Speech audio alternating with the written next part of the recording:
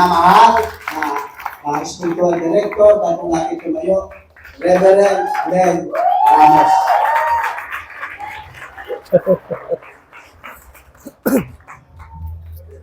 Praise God. Amen. Magandang umaga po sa inyong lahat.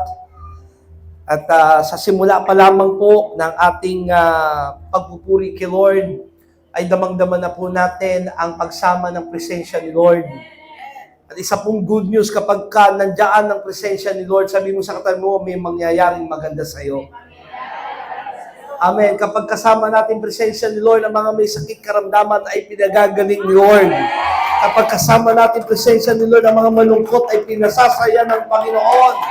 Ang mga dapa ay binabangon ng Diyos. May nangyayaring miracle kapag nandoon ang presensya ni Lord. Kaya sabi mo sa katabi mo, excited ako sa gagawin ni Lord sa iyo.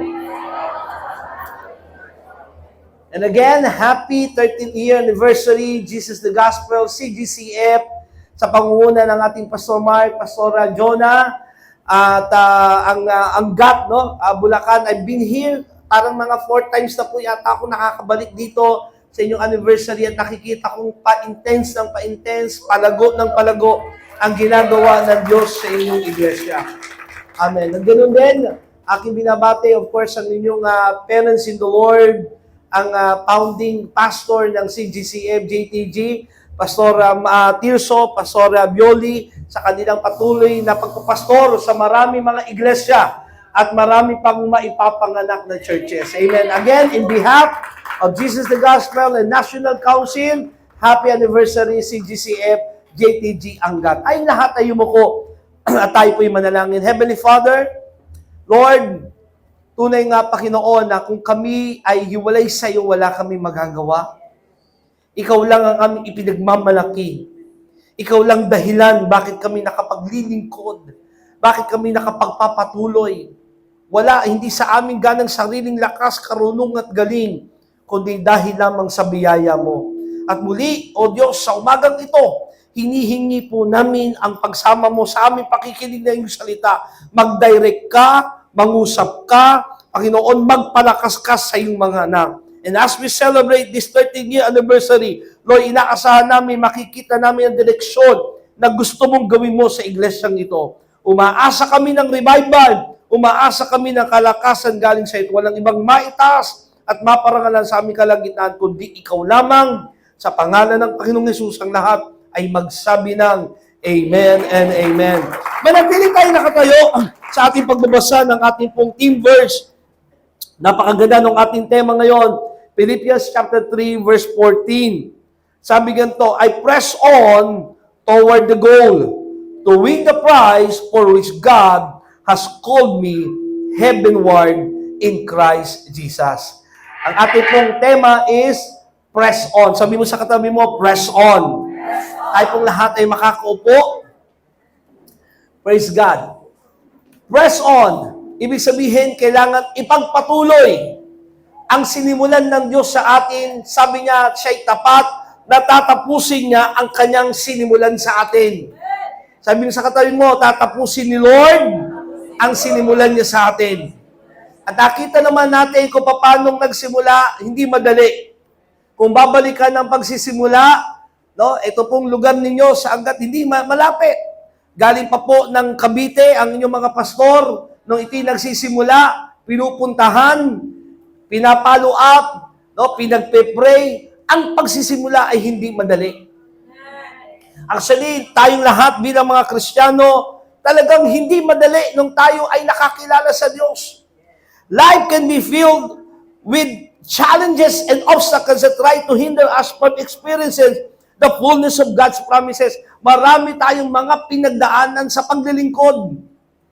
Amen? Ang buhay natin ay punong-puno ng problema at suliranin. O tingnan mo yung katabi mo, parang dami rin problema, di ba? Sige, tingnan mo yung katabi mo. Di ba may mga problemang hinaharap tayong lahat? Sino rito may problema? Taas ang kamay. Lahat po, naalala ko sabi ni Bishop Boy Ramos, 2 klase lang ng tao ang walang problema. Yung una, patay na. Tingnan mo yung katabi mo, buhay pa ba yan? Ibig sabihin, may problema pa yan. Pangalawa, yung klase ng taong walang problema ay yung nasa mental hospital. Tingnan yung katabi mo. Malino pa ba pag-iisip niyan? Amen. Ibig sabihin, kung tayo ay buhay pa, nasa tamang pag-iisip, tiyak at siguradong dadanas tayo ng iba't ibang mga pagsubok at suliranin. Kaya itong temang pressing on ay nagsasabing anuman ang problemang ating hinaharap. Kasi sabi sa atin mo, normal lang ang problema. Normal lang yan. Namumblema sa pera. Sino namumblema sa pinansyal? Oy, wala yata. Purang lahat mayayaman. Namumblema tayo. Ang tataas ng mga bilihin ngayon. Noong panahon siguro nila Pastor Tirso, Pastor Ravioli, ang 500 noon, malaking pera na. Di ba? Pag may 500 ka noon, lalo siguro yung mga 1970s, 60s, buhay ka naman, Pastor. Mabubuo ang edad mo. Meron kang 500 noon, marami ka nang mabibili. Puno na yung grocery cart mo. Ngayon, yung 500 mo, isang plastic lang yata yan. Di ba? Ang taas na ng bigas, ang taas ng manok, ng baboy, mga gulay, nagtataasan. Kaya tayo punong-puno ng alalahanin kapag nakikita na yung mga bagay na yan. Kaya pagbukas natin ng rep, puro tubig ang lawan. Kasi ang buhay ay sadyang talagang may hamon, may problema. Hindi ka man dumadanas sa pinansyal na hamon, minsan ang hamon sa atin ay relasyon. Tama? May problema tayong relasyon sa ating anak, may problemang relasyon sa asawa, may problemang relasyon sa kamag-anak. Iba't ibang hamon talaga. At lalo pag ikay naglingkod na sa Diyos, ay ang dami mong haharaping pagsubok. Nandiyan ang iyong mga mahal sa buhay, itatakwil ka. Lalaitin ka ng iba. No? Lalo kapag yung mga pastor natin, mga bata pa, titingnan ka mula ulo hanggang paa, anong magagawa mo sa amin? Anong kaya mong sabihin? Anong kaya mong ituro? Ang buhay talaga ay sadyang maraming pagsubok na hinaharap. Kaya sabi ni Pablo, kailangan tayo'y magpatuloy. Sa kabila ng pagsubok at suliranin, sabi sa katabi mo, magpatuloy ka. Basahin natin muli, Philippians chapter 3, verse 12 to verse 13. Ganito ang sabi, not that I have already obtained all this, hindi sa ipinapalagay kong nakamit ko na ang lahat ng bagay, or have already arrived at my goal, o natapos ko na ang aking takbuhin. Sabi sa katabi, hindi pa tapos si Lord sa'yo. Hindi pa tayo tapos, kaya kailangan magpatuloy. Kasi kung hindi pa tapos, kailangan magtuloy-tuloy. Hindi pa tapos, ba't i-stop ka? Amen ba? Naranasan mo na si Lord, huwag kang hihinto. Sabi ni Pablo, hindi sa ipinalagay kong ako'y ganap na o natapos ko ng aking takbuhin, but I press on to take hold that for which Christ took hold on me. Brothers and sisters, I do not consider myself yet to have taken hold of it. Ang isang sikreto para tayo magpatuloy, mga kapatid, sino rito gusto magtuloy-tuloy kay Lord? Ito po, no, lalo sa mga nagsisimula pa lang, kabuborn naging mo pa lamang, magtuloy-tuloy ka pa. Sabi ni Bishop Ramos, nakakalungkot, marami mga tao, hindi pa nabuborn again, nagbabackslide na. Hindi pa born again, backslider na. Kaya tayo mga nakakilala kay Lord, marami mga pagsubok at suliranin, magtuloy-tuloy tayo. At ang sekreto, sabi ni Pablo, hindi ko tinitingnan ng aking sariling ganap na o nandoon na ako sa hangganan ng aking pagkatawag. Recognizing His imperfection. Nakita niyang hindi pa siya tapos, hindi pa siya ganap. Kasi pag nakita mong tapos ka na, i-stop ka na eh. Tama? Pag nakita mong malayo na yung narating mo at nandun ka sa malapit sa finish line, stop ka na. Parang ayaw mo nang magtuloy-tuloy. Amen? So, ma-recognize natin, ako'y marami pang gagawin si Lord sa akin. Marami pang pagtuturo ang Diyos. Kaya pinapayagan ng Diyos sa mga pagsubok at suliranin kasi gusto pa akong hubugin ng Panginoon. Ang mahalaga, sa kabila ng pag-atake ng kaaway, sabi mo sa katabi mo, nagtutuloy-tuloy tayo. Amen. Magtuloy-tuloy po tayo. Amen? Anong sabi doon sa Philippians chapter 3, verse 12 to 14? Pagkatapos yung sabihin, hindi pa ako ganap, hindi pa ako nandoon sa aking pagtatapos ng aking takbuhin, pinagpapatuloy ko, at ang sabi niya, but one thing I do, isang bagay ang aking ginagawa. Sabi sa katabi mo, do one thing. Minsan marami tayong focus sa buhay. Nandiyan kayo? Marami tayong gustong gawin. Marami tayong gustong pangarap na gustong gawin sa buhay. Pero nakakalimutan natin yung isang bagay na mahalagang pinagagawa sa iyo ng Diyos. Amen? Upang matapos natin yung ating takbuhin, mag-focus ka kung ano ba yung number one pinagagawa sa iyo ni Lord. Ang daming tinawag ni Lord na focus doon sa ibang bagay. Halimbawa, hindi mo pa panahon ang ma-inlove, na inlove ka na agad. Tuloy yung calling mo, hindi mo narating. Yung iba nagkaroon ng pogi problem. Yung iba naman, mayroong problema sa long hair problem. Ang haba ng buhok. Isang bagay, kung ano yung pinagagawa sa iyo ng Diyos, gawin mo. Amen? Kung hindi pa tapos sa iyo si Lord, at ang dami mo nang gustong gawin sa buhay, malilito ka. Ngayon, ang dami mga Kristiyanong confused kung ano pinagagawa ng Diyos sa kanila. Nandiyan, maglilingkod ba ako kay Lord o mag-abroad? Nandiyan kayo? Maglilingkod ba ako o magne-negosyo? Walang masama sa pagne-negosyo, walang masama sa mga iba pang bagay na pwede natin gawin. Pero dapat alam mo kung ano yung pinagagawang number one sa iyo ni Lord.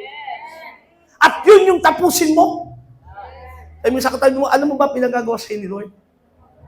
So CGCF, dapat alam natin malinaw, no? Ang God Church, ano ba ang number one pinagagawa sa inyo ng Diyos at yun ang inyong tapusin? Marami mga simbahan pumasok sa kung ano-ano mga bagay. Kaya nalito. Nandiyan pumasok sa networking. May kilala kayong ganyan simbahan? Walang pinag-usapan sa loob ng simbahan kundi networking. Lahat ng member gusto sumali doon sa mga pagkakape. May mga ganon. Di ba? Nakalimutan nila ano ba yung one thing na pinagagawa ng Diyos sa kanila. Yung iba pumasok sa kung ano-ano mga bagay na hindi pinagagawa ng Diyos. Ang pinakadelikado, yung bagay na hindi pinagagawa sa inyo ni Lord, ginagawa mo, hindi ka makapagtatapos. Kaya sabihin sa katabi mo, isang bagay lang. Kung ano pinagagawa sa inyo ni Lord, tapusin mo. Do one thing. At ang sumunod, sabi ni Pablo, forgetting what is behind and straining toward what is ahead. Mahirap magpatuloy kung tayo po'y laging nakatingin sa nakaraan. Pressing on means, may kausap po ba ako rito? Kung ano yung nakikita mo pinagagawa sa inyo ng Diyos na isang bagay, mag-focus ka doon, and then kalimutan mo yung nakaraan. Marami kasi laging nahihila ng nakaraan. Living behind the past, you have to let go and move on. Yung mga bagay na nakaraan, i-let go mo na yan. Minsan di kayo makapag-move on sa inyong relasyong mag-asawa kasi lagi na lang pinag-usapan nyo yung nakaraan. Hindi kayo makapag-move on mag-ama kasi lagi nyo pinag-usapan yung nangyari ng nakaraan. Nandiyan kayo?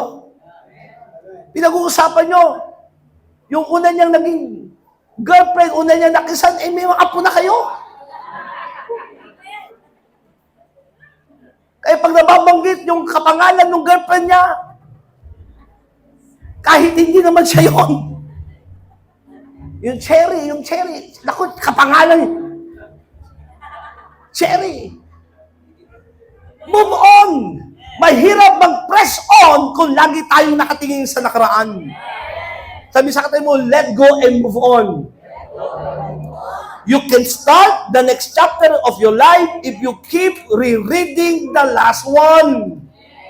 Mahirap pumunta sa susunod na kabanata pag nagbabasa ka ng libro kung laging binabalikan mo yung nakaraang pahina na binabasa mo. Hindi ka makapag-move on. Maraming Kristiyano, lagi ang kanilang memory yung nakaraan. Inapi kami noon. Ginadito kami. Kawawa naman kami. Lagi na lang nakaraan, mahihirapan tayong mag-move on kapag tayo ay nakatali sa nakaraan. Let the past make you better, not bitter. Kasi yung iba, puro sama ng loob sa nakaraan. Amen. Kaya sabihin sa katabi mo, isang bagay pwede mong panggawin. Sige, kausapin mo yung katabi mo. One thing that you can do for us to pressing on is forgetting what is behind. Alam niyo po, isang bagay na pwede rin natin kalimutan sa nakaraan. Hindi lang yung sama ng loob eh. Hindi lang yung mga pangit na bagay. Pati na rin yung mga bagay na magaganda. Kasi yung iba, lagi na lang ang binibida yung dating buhay. Kami noon, dati ganito. Ngayon, nasan na? Dati, puro yung dati. Hindi na nakapag-move on. Amen? Hindi ibig sabihin po, pag sinabing forgetting the past, kalimutan na nakaraan, ay hindi mo na maaalala ito. Pero yung nakakabit na damdamin sa nakaraan, ang gustong putulin ng Diyos para makapagpatuloy tayo. Kasi yung tali natin sa nakaraan na damdamin, sama ng loob, tagumpay ng nakaraan, tuloy ang Diyos hindi makagawa ng bagong bagay. Eh, ang Diyos gusto laging gumawa ng magandang bagay. Amen? There is new every morning. Laging may bagong bagay sa Diyos. Kaya sinabi ni Pablo uli, 2 beses niya sinabi yung press on sa dalawang halos magkasunod na talata. Philippians chapter 3, verse 12 to 14. But one thing I do, forgetting what is behind and straining toward what is ahead. Tumingin tayo kung ano yung pinagagawa ng Diyos. Hindi pa tapos ang Diyos sa atin. Sabi sa katabi mo, hindi pa tapos sa'yo si Lord. Kahit mukhang tapos ka na, hindi pa tapos si Lord sa'yo. Amen. Mukhang matatapos ka na, hindi pa tapos si Lord sa'yo. Amen. Mukhang isang bulati na lang ang pipirma, mukhang matatapos ka na, hindi pa tapos sa'yo si Lord. Hanggat may pinagagawa si Lord sa atin, sabihin sa katabi mo, hanggat may pinagagawa sa'yo si Lord, bawal ka pang mamatay. Sige, sabihin sa katabi mo, pinagbabawal kong mamatay ka. Hanggat hindi pa tapos ang Diyos sa atin. Amen. We have to press on. Magtuloy-tuloy tayo doon sa hangganan. Sabi ni Pablo, I press on toward the goal. No? So remember the goal. Sabi sa katabi mo, remember the goal. Pakipindot, maalala natin kung ano yung goal. Ano ba ang goal natin sa paglilingkod? May goal ba tayo? Ano bang gusto nating marating sa ating paglilingkod? Tandaan niyo po ito mga kapatid. Ang paglilingkod natin, kung tayo talagang nakikristo, ang hinahangad natin, hindi ang kayamanan, hindi ang karangalan ng tao, hindi ang titulo, isa lang ang goal natin lahat. Walang iba kundi si Kristo. Siya ang main goal natin.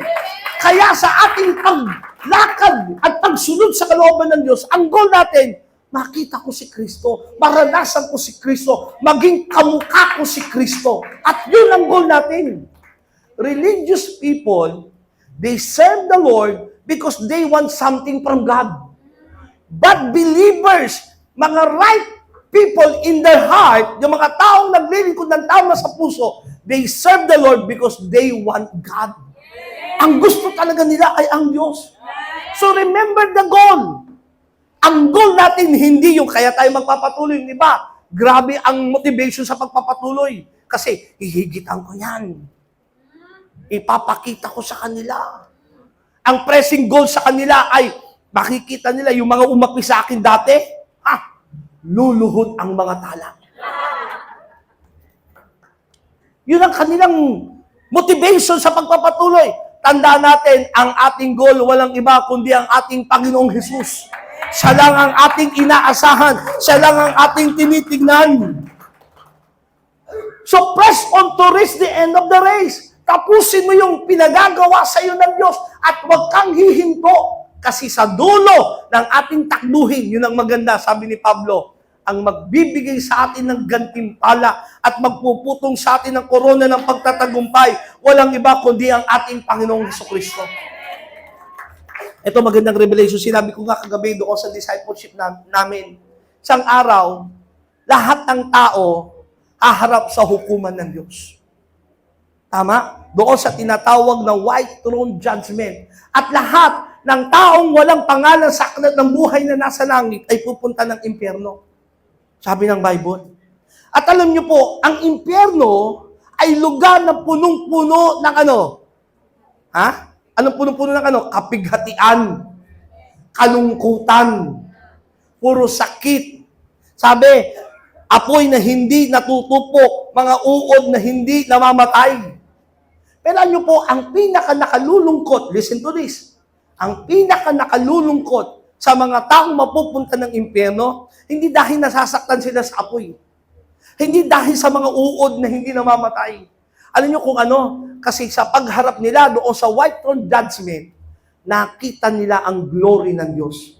Nakita nilang kaningningan, ang kagandahan ng Diyos. And then dahil hindi sila sumampalataya kay Kristo at walang kanyang pangalan doon sa aklat ng buhay na nasa langit, they will be separated doon sa nakita na nila. Ay, grabe. Naintindihan niyo yun? Hindi mo nandun ka na sa trono ng Diyos, nakita mo na. Kasi hatulan tayo doon sa trono ng Diyos eh. Then you will be separated eternity. Yun yung kanila paghihinagpis. Bakit hindi ko na, wala ako doon ngayon? Bakit hindi ko nararanasan ngayon yung bagay na yun? Kaya ang ating goal, inuulit ko, hindi tayo naglilingkod para yumaman. Kung payamanin ka ni Lord, sabi sa tayo mo, kung payamanin ka ni Lord, praise the Lord. Talaga naman ang mga naglilingkod sa Diyos, iibahin niya sa mga hindi naglilingkod. Pero hindi nating goal ang magpayaman. Amen. Hindi nating goal ang magkaroon ng mga titulo. Ang dami mga napapasok, naglilingkod, puro titulo ang gusto mangyari sa buhay. Doktor na, apostol pa, bishop pa, reverend. Ano-anong mga nakadikit sa kanilang pangalan. Hindi yun ang ating dahilan. Isa lang ang ating goal. Isang ating minimithi sa ating paglilingkod, kundi si Kristo sa ating buhay. At huwag nating makalilimutan yan. Isang umaga sinabi sa akin ng Diyos at lagi po sinasabi ito, naglilingkod tayo hindi dahil buhay na natin ang maglingkod, kundi si Kristo ang buhay natin kaya tayo naglilingkod. Amen. Ulitin ko, hindi tayo naglilingkod kasi buhay na natin ang maglingkod. Yung bang buhay mo na, wala ka nang magawa. Kinalakihan mo ng paglilingkod. Parang wala ka naman pwede pang puntahan sa buhay kundi maglingkod. Pag gano'n ang isip mo sa paglilingkod, wala kang kaibahan sa mga bumbero, pulis at sundalo. Naging buhay na nila ang maglingkod. Nandiyan kayo? Naglilingkod tayo kasi naging totoo si Kristo sa atin.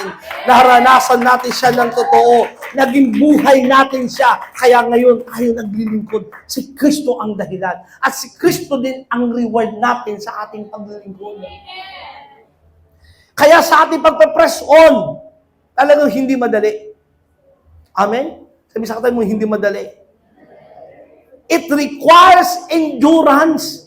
Merong endurance na kailangan tayong pagtitiis na gagawin. Talagang maraming pagtitiis sa paglilingkod. Lalo pa nagsisimula ka, walang pera. Nandiyan kayo? Sa paglilingkod, sa una, walang naniniwala sa'yo. Kundi yung calling lang na tinanggap mo kay Lord at ikaw yung naniniwala doon. Tama? Kaya yung mga naglilingkod natin, mga pastor, tuloy nyo lang. Sa mga manggagawa, tuloy nyo lang ang paglilingkod nyo kay Lord. Hindi madali. Yung iba, pinagagalitan ng magulang pag-uwi. Tuloy lang kayo.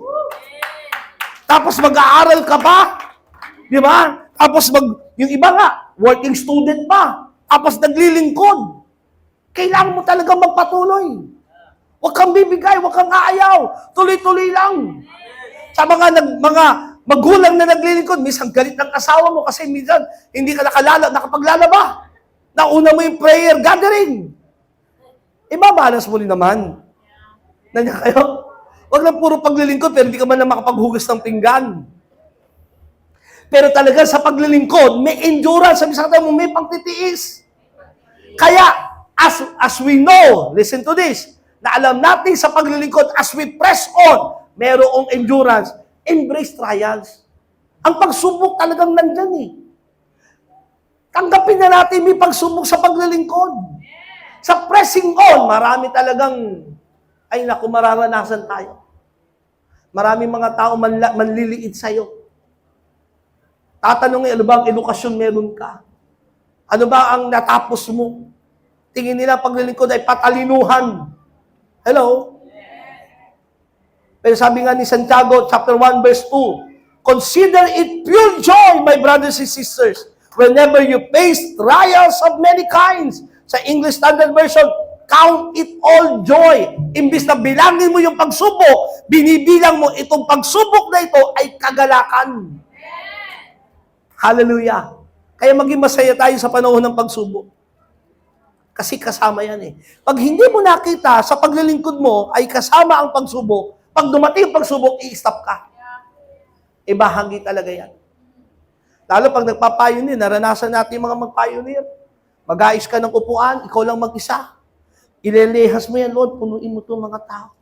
Magsisimula na ang gawain, wala pang dumarating. May dumating isa, Lord, salamat, Lord. Anong oras na? Sisimula na. Maghanda ka ng mga upuan. Wala pang dumarating. Magsimula na tayo. Ikaw rin naman nakakanta. Ikaw rin gigitara. Habang nagigitara ka, may dumarating. Lord, salamat, Panginoon. Ito na sila. Tama. Tapos pag mag-pres ka, akala mo, ang dami mong pinipresan. Tatlo lang naman, isa tulog pa. Tapos ang love gift, magkano? Wala. Sa pagsisimula, wala talaga. Amen. Abunado ka pa. Pamasahe mo pagpunta doon. Mamaya, may lalabgipan kang isang youth na tumulong sa'yo. Wala talaga. Pero pag tumingin ka doon, i-stop ka. Pero bahagi yun ng ating paghubog ng Diyos sa ating paglilingkod. Kasi pag hindi mo nakita yun, ay i-stop ka. Aayaw ka. Kasama talaga yan.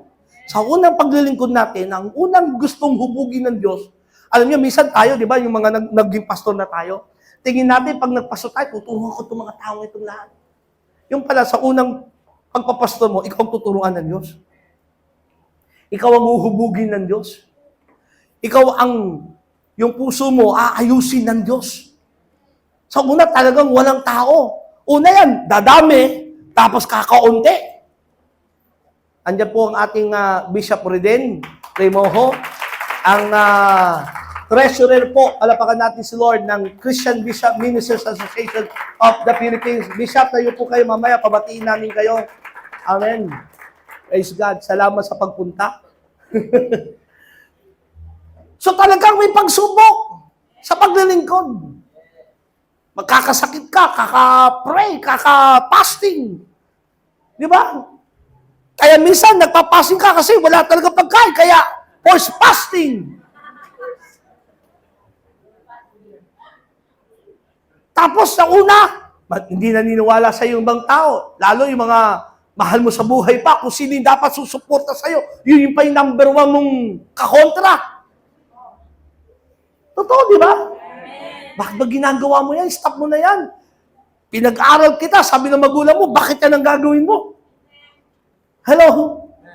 Kaya kung di natin titignan na ang pagsubok ay bahagi ng ating paglilingkod, i-stop tayo. Sabi sa katabi mo, kasama na yan. Package deal. Hello? Sa ating paglilingkod, package deal talaga ang pagsubok. Kasi ikaw ang unang huhubugin ng Diyos. Ito mararamdaman mo ito, lalo sa mga naglilingkod. Hihingi ka ng tulong sa iba. Siyempre, gusto mo magkaroon ng gamit. Gusto mo ng mga instrumento. Nainggit ka sa mga ibang church na pinupuntahan mo. Kaya gagawin mo, magpe-pray ka, Lord. Kahit man lang magandang gitara, magandang guitar amp, magpapa-sponsor ka ngayon. Diba?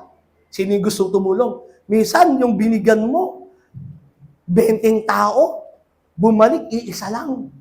Tapos yung 19 binigyan mo, ikaw pa nahihiya, bakit ka nagbigay? Naranasan yung ganun? Bakit ba ako nagbigay pa rito? Nakakahiya. At minsan mararanasan mo talaga, parang nag-iisa ka. Walang gustong tumulong sa'yo at pinapayagan ng Diyos yung ganung bagay. Amen? Upang makita mo sa pagpe-passion mo at pagpapatuloy, hindi tao ang naging dahilan bakit ka nagtagumpay. Hindi rin ikaw ang dahilan, kundi alam mo, sinamahan ka lang ng Diyos. Kaya sabihin sa katabi mo, magtuloy-tuloy lang, pressing on, kasama ang pagsubok. Kasi pag di mo nakita yan, mag-stop ka. Sumunod, sa pagpapatuloy natin sa pressing on, lay aside every weight. Lahat ng mga nagpapabigat sa'yo, pakipindot. Sabi sa katabi mo, lahat na nagpapabigat sa'yo, tanggalin mo. Walang nagpe-press on sa calling kay Lord ng daming buhat-buhat sa buhay. Anong sabi ng Hebreo 12:1? Therefore, since we are surrounded by such great cloud of witnesses. Sino ito yung mga witness na ito? Ito yung mga heroes of faith. Yamang tayo napapaligiran ng mga makapal na saksi. Ito yung mga nagtagumpay sa kanilang paglilingkod. Let us throw off everything that hinders and the sin that so easily entangles. Anumang bagay na nagpapabigat sa iyo, itapon mo. And let us run. You have to press on with perseverance the race marked out for us. Kailangan talaga yung mga magpapabigat sa iyo kasi walang nagtutuloy-tuloy sa takbuhin na may bitbitin. Tama? Kaya iba, ang hirap magtuloy-tuloy kasi dami mong binibitbit sa buhay. Halimbawa, bibigyan ko yung example ha. May mga tao, bag ko to eh, may binibitbit sa buhay na lagi na lang karga-karga nila. Halimbawa, ito yung mga sama ng loob. Sinabi sa akin ganito, lahi daw ako ng aswang.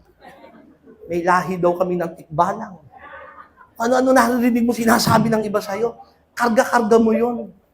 Diba? Yung wala kang di maganda magsalita. Parang wala kang maintindihan sa'yo. Narinig mo. Kinarga mo ngayon. Tama? Eh may mangyayari pang ibang bagay sa'yo. Ito magandang bag to eh. Minsan sa paglalakbay mo at pag sunod mo kay Lord, mayroong pang bitbitin. Minsan ito yung mga pangarap mo sa buhay. Lord, sa paglilingkod ko, Lord, sana bigyan mo lang kami ng bahay. Kahit bahay lang ng nanay ko, ng tatay ko. May matitiran man lang kami. Pangarap! Mga pangarap! Di ba? Yung bahay na nasa bundok na mayroong kahit maliit na lupa na tatanam namin ng okra, talong, sitaw. Bahay kubo. Pangarap! Dala-dala mo yun. Bit-bit-bit-bit mo. Di ba? Eh tapos may bibit-bitin ka pang iba. Yung mga nakaraan. Ito yung mga nakaraan. Dami yung bit-bit na nakaraan. Di mo makalimutan. Okay? Alam niyo yung mga nakaraan nyo, di nyo makalimutan. Tama? Yung minsan sinisisi mo na sarili mo, bakit ba nangyari yun? Bit-bit mo yung nakaraan. Tapos, ito yung mga nasaktan ka, emosyon mo, ito yung nakaraan. Ito naman, ano to, pangarap. Tapos, minsan may bibit-bitin ka ba? Ito naman yung mga kahinaan mo sa buhay. Bit mo rin, di ba? Bago ka mag-preach ng linggong yon, that week, nagkaroon ka ng kasalanan kay God. Alam mong mali yung nagawa mo. Bit mo rin. Tama? Minsan may mga, pahinga pa ako isang bag dyan. Minsan may mga binibit-bit tayo ito ha. Minsan yung walang kakwenta-kwenta, binibit-bit din natin. Yung mga alalahanin mo na, kumain na kaya yung aso ng kapitbahay namin? Diba? Ang dami natin binibit-bit. Eh sabi ni Lord, tumakbo ka sa karera mo. Mag-press on ka. Meron bang tumatakbong nakaganito? Meron bang lumaban sa karera ganito ang forma? Eh ano mangyayari sa'yo? Matatalo ka, mapapagod ka. Kaya sabi ng Biblia, lahat ng iyong bigatin, ibigay mo kay Lord. Lord, lahat ng mga nanakit sa akin, ito yun. Mga nagsabi sa akin ng kung ano-anong bagay. Keso, ang pangit ko daw, may lahi daw kaming tigbalang, isa naman may lahing aswang. Bigay ko sa iyo lang lahat yan. Ito ano to? Kanino ba to? Ha? Sa iyo po da? Mga nakaraan. Ano magagawa mo sa nakaraan, nakaraan na yun. Mababagong mo ba ang nakaraan? Ibigay mo sa Diyos. Lord, wala akong magagawa sa nakaraan. Ibibigay ko sa iyo, Panginoon. Tapos, ano to? Ha? Mga pangarap, Lord. Alam ko may mga pangarap akong nilagay mo sa puso mo. Pero ikaw makagagawa niyan. Pinagtitiwalaan kita, Panginoon. Ibigay mo sa Diyos. Kanina ba to? Kanina rin. Marami tayong pangarap sa buhay, no? Tapos ito, ano to? Ito yung pera. Hindi, mga pera. Yung pera. Ito yung walang, ito ba sa iyo? Ito yung walang, ba't ko po pumimahin yung aso na kapitbahay namin? Ibigay ko sa iyo yan, Lord. Tapos ito, ano to? Louis Vuitton. Hindi ba LB ba to? Lumang bag. Lumang bag. Bigay ko sa iyo yan, Lord. Tama? Sabi ng Bible, anumang bagay na nagpapabigat sa iyo, throw off. Especially the sin that easily entangles us. Lalo yung kasalanan bumibihag sa atin.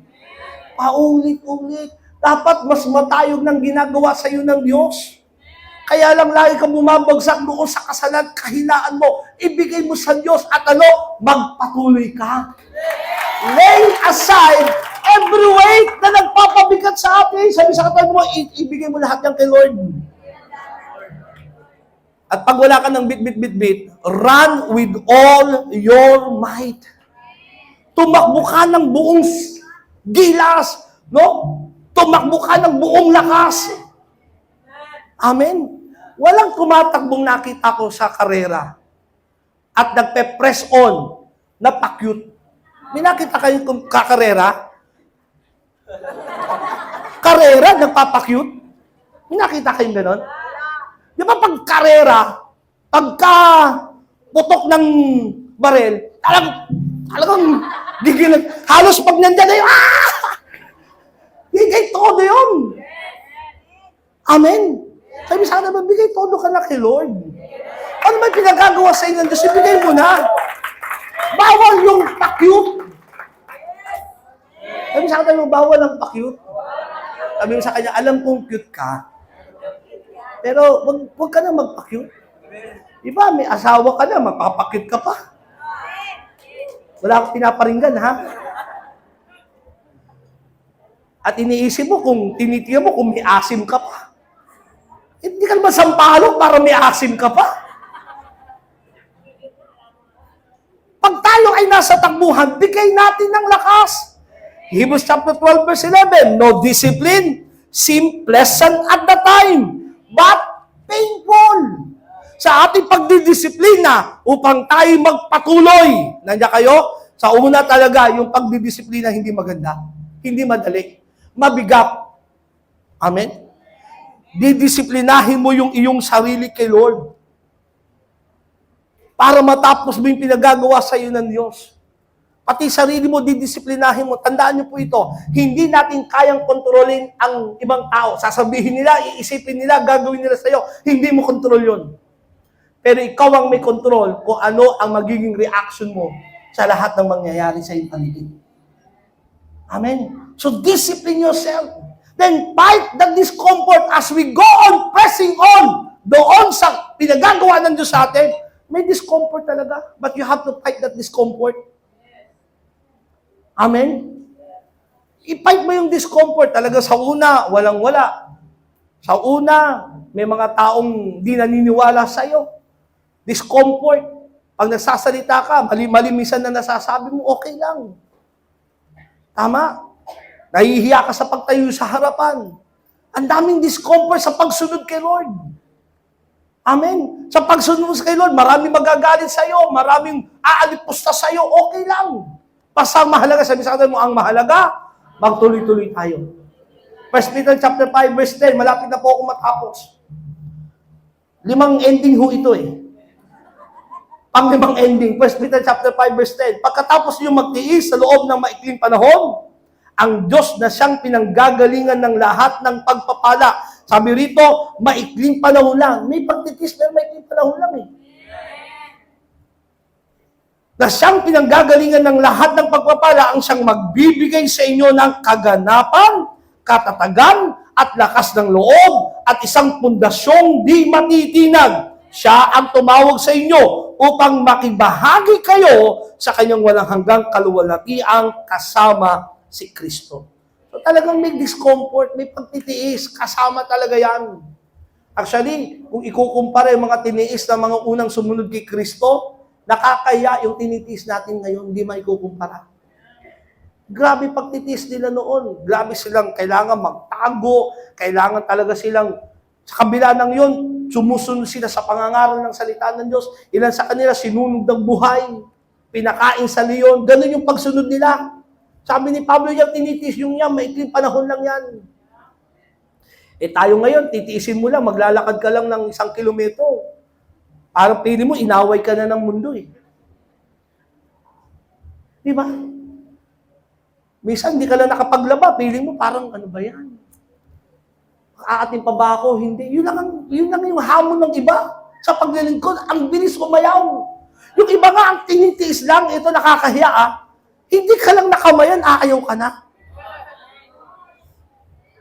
Hello? Hindi ka lang nabati. Parang si pastor, may kinikilingan dito ah. Minsan ito mas nakakaya. Kinukumpara mo yung pagkain mo sa iba.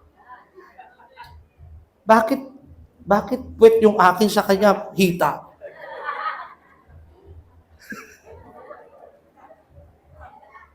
Tapos i-stop, matitisod ka na. Aayaw ka na. Hello? Kung ikukumpara yung pagtitis natin sa iba, ay grabe yung pagtitis na ginawa ng iba. Buhay nila yung kapalit, pero nagpatuloy kay Lord. Amen, kaya sabi sa katabi mo, tuloy-tuloy lang. And then sa ating pagpe-press on, pang-apat na pagtatapos, fight the critic.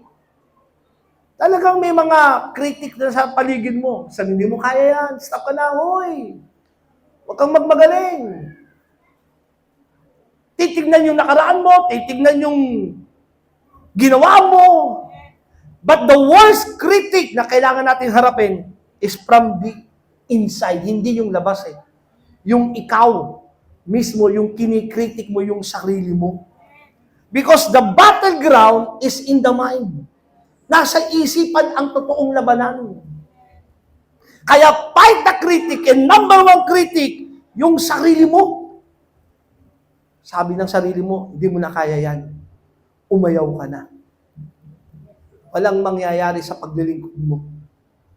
Walang naniniwala sa'yo. Sarili mo, minsan, naririnig mo yan. Nandiyan kayo? Paulit-ulit na lang nangyayari sa buhay mo. Punong-puno ka na ng problema. Humistap ka na. May kamag-anak ka sa Canada, mag-Canada ka na. Tama? Pero pag hindi natin nakita talaga yung goal, yung ending, yung reward na gagawin ng Diyos sa atin, i-stop tayo. Kaya napakalaga paano tayo mag-isip eh. Sa ating paglilingkod, sabi nga ng Proverbs chapter 23 verse 7, or as he thinks within himself, so he is. Kung anong iniisip mo, yun ka. Kaya patatagin natin yung ating isipan, maging isipan tulad ni Kristo, tayo higit pa sa mananagumpay. Hindi tayo buntot, tayo ay ulo. Tayo pinagpala na ng Diyos. Amen. Gagamitin ng Panginoon. Para makapag-press on ka, maniwala ka sa sinabi ng Diyos sa'yo. May kausap po ba ako ngayon? Then sumunod, ang pangatlong pagtatapos, surround yourself with encouragement. Kung may kritik sa paligid at yung sarili mo, kinikritik mo rin, mahalagang bagay, isurround mo yung sarili mo to press on ng mga taong naniniwala sa'yo. Yung handa kang suportahan. Amen. Kung ang mga kaibigan at kasama mo, puro negative sa pinagagawa sa'yo ng Diyos, na alam mong yun ang pinagagawa sa'yo ng Diyos, yun ang mahalaga. Alam mong pinagagawa sa'yo ng Diyos, mamili ka na maging kaibigan mo. Pag yung mga kasama mo, laging discourage sa'yo. Magsasabi ka ng pangarap mo sa paglilingkod, pangarap mo doon sa gustong gawin sa'yo ng Diyos. Ganun natin. Huwag mong gawin yan. Mahirap yan. Magkikwento ka, punong-puno ka ng enthusiasm. Gagawin ito talaga. Bilang yung kausap mo, parang, okay. Parang mahirap yan. Mahihirapan ka magtuloy. Tama? Surround yourself with encouragement. Encouragement ng salita ng Diyos. Kaya pala sinabi ng Diyos kay Abraham, Abraham, bibigyan kita ng maraming mga anak kasi dami ng buhangin sa dagat at tumingala ka, bilangin mo bituin. Kung gaano karami yan, bibigay ko sa iyo. Ibig sabihin, binigyan siya ng picture ni Lord, ng vision kung anong dami ng bituin, ganun ang gagawin ko sa magiging mga anak mo. Kaya, makita natin yung encouragement na ginagawa ng Diyos sa atin. Then, focus on your finish. Nakita mo yung pagtatapos. Ending nito maganda. Wala namang sinuwalang Diyos sa atin ang ending ay hindi maganda. He who began a good work, the Lord, He is faithful to complete it. Ang pagtatapos natin, sabi sa kata mo, ang pagtatapos mo ay glorious. Sabi sa kata mo, ang pagtatapos natin ay glorious. Amen? 2 Timothy chapter 4, verse 7 to 8. Pinagbuti ko ang aking pakikipaglaban. Sabi sa kata mo, pagbutihin mo pa. Pagbutihin pa natin. Si GCF, Angat, Bulacan, JTG, pagbutihin nyo pa. Nagsimula na kayo, ngayon, pressing on, pagbutihin nyo pa. Nakita ko naman, every year, pag pupunta ko rito, pagganda ng paghanda. Ang ginagawa ng Diyos. Amen. Patindi na patindi ang presensya ng Panginoon. Pagbutihin pa natin. Ano sabi ni Pablo? Natapos ko na ang dapat kong takbuhin at nanatili akong tapat sa pananampalataya. Maging tapat lang tayo sa faith natin. Tapat lang tayo sa tumawag sa atin. Hindi man tapat ang iba, manatili ka pa rin tapat. Amen? Sabi sa atin yung manatiling tapat. Verse 8, makakamtan ko na ang koronang nakalaan sa mga matuwid. Sa araw na yon, ito maganda, ang Panginoon na siyang makatarungang hukom, ang siyang magpuputong sa akin ng korona. Siya mismo sa ending ng ating takbuhin, ang haharap sa atin, at siya mismo magbibigay sa atin ng gantimpala. Imagine this, yung Diyos na ating pinaglingkuran, isang araw makikita natin ng mukhaan. Ay, grabe. Siya mismo magpuputong sa atin ng korona, hindi lamang sa atin, kundi sa lahat ng mga nananabik sa kanyang pagbabalik. Kaya tuloy-tuloy lang. Sabi sa katabi mo, press on. Mga pastor, Pastor Mark, Pastora Jonah, mga pastor na narito, no? Tuloy-tuloy lang. Nakita niyo buhay ng iyong mga pastor, marami mang pinagdaanan, tuloy-tuloy lang. Mga magulang niyo sa pananampalataya, ako man, yan din ang aking inspirasyon. Mga magulang ko, hanggang sa mamatay, nagtuloy-tuloy sa paglilingkod sa Diyos. Kung nasan ako ngayon, kung anong ginagawa ng Diyos sa aming buhay, dahil sa aking mga magulang. Una ang Diyos, pangalawa may mga magulang akong nagsimula ng magandang bagay para sa atin. At kailangang ipagpatuloy. Amen. Nakita niyo ginawa ng yung mga magulang sa paglilingkod, magtuloy-tuloy kayo. Mag-press on kayo. Hindi madali. Marami, sabi ko nga, maraming harapin na hamon. Huwag niyo kargahin yung mga bagay na hindi, huwag kayong lumaban sa bagay na hindi pinapalaban sa inyo ng Diyos. Amen? Choose your battle. Kung ano lang ang labanang pinaggusto ng Diyos, yun lang ang labanan natin. Kasi kung hindi, haharapin mo lahat. Lahat na nagsalita sa'yo, kausapin mo. Hindi matatapos yan. Nandiyan kayo? Lahat ng problema, gagawin mo agad ng solusyon, hindi matatapos yan. Mapupokus ka lang doon. Anong kailangan mong gawin? Tignan mo yung finish line. At sino yung finish line natin? Nandoon si Jesus. Siya ang ating gantimpala. Siya ang ating reward. Tuloy-tuloy lang. Si GCF, JTG, sabi sa atin mo, tuloy-tuloy lang. 13 years, next year 14 years, tuloy-tuloy lang. After that, 15, 16, hanggang sa dumating ang ating Panginoong Yesus. Datnan niya tayong lahat na tapat na naglilingkod sa Kanya. At walang isa man sa atin, sabi sa katabi mo, ang maiwan sa rapture. Amen? Magtuloy-tuloy tayo sa Panginoon. Tayong lahat ay tumayo. Hallelujah. Purihin ka, Panginoon.